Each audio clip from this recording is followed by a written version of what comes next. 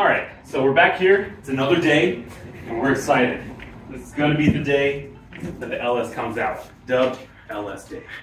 Before we do that, I did work a little bit on the side. I just needed some time just to get some stuff off the engine, and I figured it'd be easier just for me to crack it out. But I wanted to at least have everything spread out and kind of show what I took off. For all these seasoned LS people, this is probably a little bit overkill, but this is the way I wanted to do it, so that way I didn't break as many parts as I possibly could. So we'll just kind of start from this side, work our way there. Once we get done with that, we'll go check out what's underneath the hood. Okay, so what you see all spread out here are a total probably like 5 or 6 parts. This is kind of the essential pieces from the motor that I took off to try and make it easier from pulling it out of the engine bay. So right off the bat, I wanted to take off the intake manifold. It's plastic. I believe we're gonna have to put a chain on the back of the engine block. The last thing I want to do is for the chain to get tight and just bust this. That would be really sucky. The expansion tank for the radiator, I removed that because I think I'll be using that in the Scout. Don't know yet, but I figured since I have it, might as well keep it. I got the mass airflow sensor for, sensing masses of air. Fuel rail came out with the intake. That's kind of self-explanatory. One of the long parts to take off was I decided to remove the entire engine harness. The mice kind of did a number on this between the fuel injectors being eaten up and a lot of other sensors. And plus it's really old. It's just brittle. I might as well just replace it for reliability's sake. We got the exhaust manifolds. One of them, the passenger side, was almost completely needed because it kind of gets in the way of the motor mounts. Driver's side, not so much, but I figured since I was there, just go ahead and remove those. Got the alternator. This goes on top of the steering. I didn't know if I was gonna need just this off, but I decided last minute to take that off too because it looked like it might hang. And then lastly, I got the AC condenser. That's all out too, just for everything to make it a little bit easier. So we'll see how that works. So let's take a look what's happening under the hood. So you kind of get a better idea of what we've been up to. Okay, so this engine's looking pretty small now. We got everything off the sides, everything off the top. Last thing we're gonna do before getting this out is remove this hood so we have infinity up space and we should be good to go. One thing that we worked on with the camera off is there's a core support that holds the transmission to the frame. This is pretty much what holds the transmission to the truck. So we got that removed. And then just kind of give you a quick idea. This is all the kind of nonsense that's in the way that has been kind of pulling up into the truck. Filled up with this entire thing almost. Yeah. And then found this spooky monkey just in here somewhere. I think he needs a name. And let's hope he's cursed or not, because we've been touching him and now about to pull this thing out and we're scared. Yeah. So, I'm gonna be pulling this out not the most conventional way. It will be conventional, but it's gonna look really silly. I'm gonna be pulling the engine, the transmission, and the transfer case out all at once. I was thinking about doing the transfer case before, but it's a little thick. And not in like BBL terms, but like it's gonna squish my head terms. I guess those are both pretty good things. But anyway, that's not the point.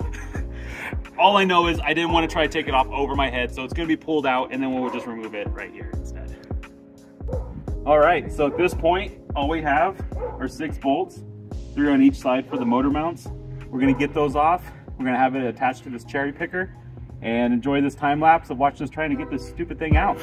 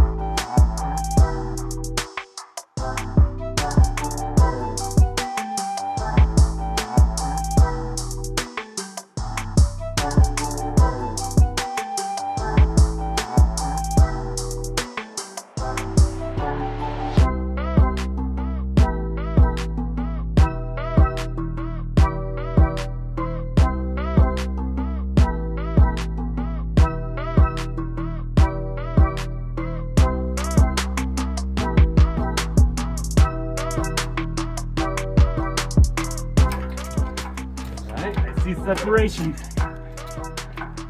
Ah, there we go. That's a motor.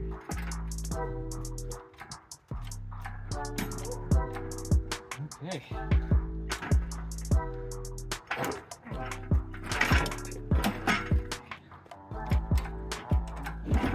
Yeah.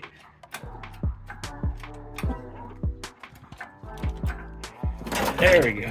Okay. Separation. About to have yourself an LS, buddy. All the fuel lines are still hooked to the back.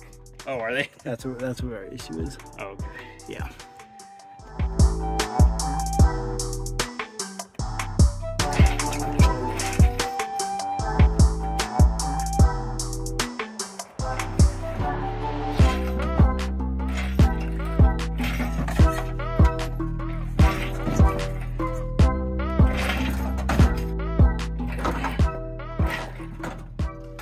Oh! There it is. Oh. Woo! Okay. You want to get on one side and I'll get on the other side? Yeah. You can, Yeah. ready? You get the front. Yeah. All right. All right. Okay. Try to keep it level. Dump out of either hole.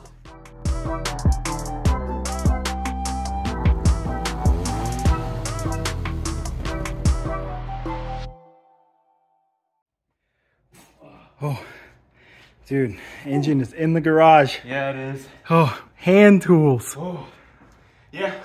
One plastic wrench and a dream. That's all it takes. Now I just gotta get this transmission off. Once that's aside, I'll put this on the engine stand and then start digging for treasure. Hell yeah, man. Very cool moment in the project. I think it would actually happen. It feels weird. It feels like an ethereal until it does. Yep. You know. It's actually here. Yeah.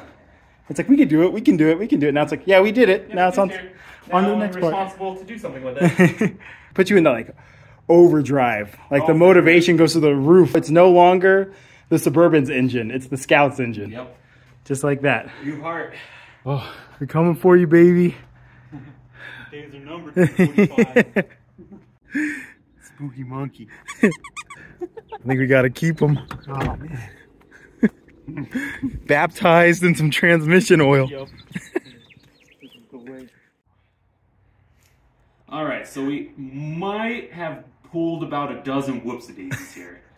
As you can see, the engine's now on the stand, and we have zero footage of that.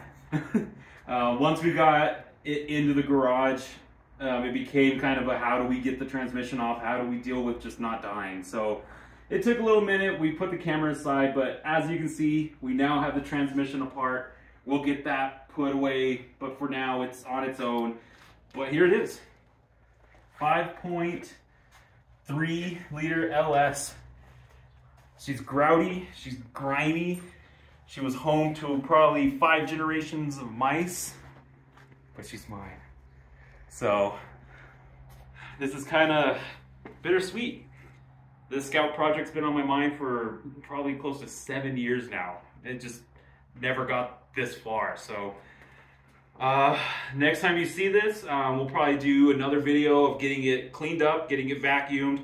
Then we're going to pull it apart. We're going to inspect how the pistons are, how the cylinder walls are, and at that point we're probably going to wrap it up because I'm going to need to start buying parts, getting everything going, get the block to a machine shop. But we're at the home stretch. Like, this is what this was about, getting an LS on a stand in my garage. So I couldn't be happier. I hope this has been somewhat entertaining to follow along. You know, if you do like this kind of content, let us know down below, and we'll keep cranking them out.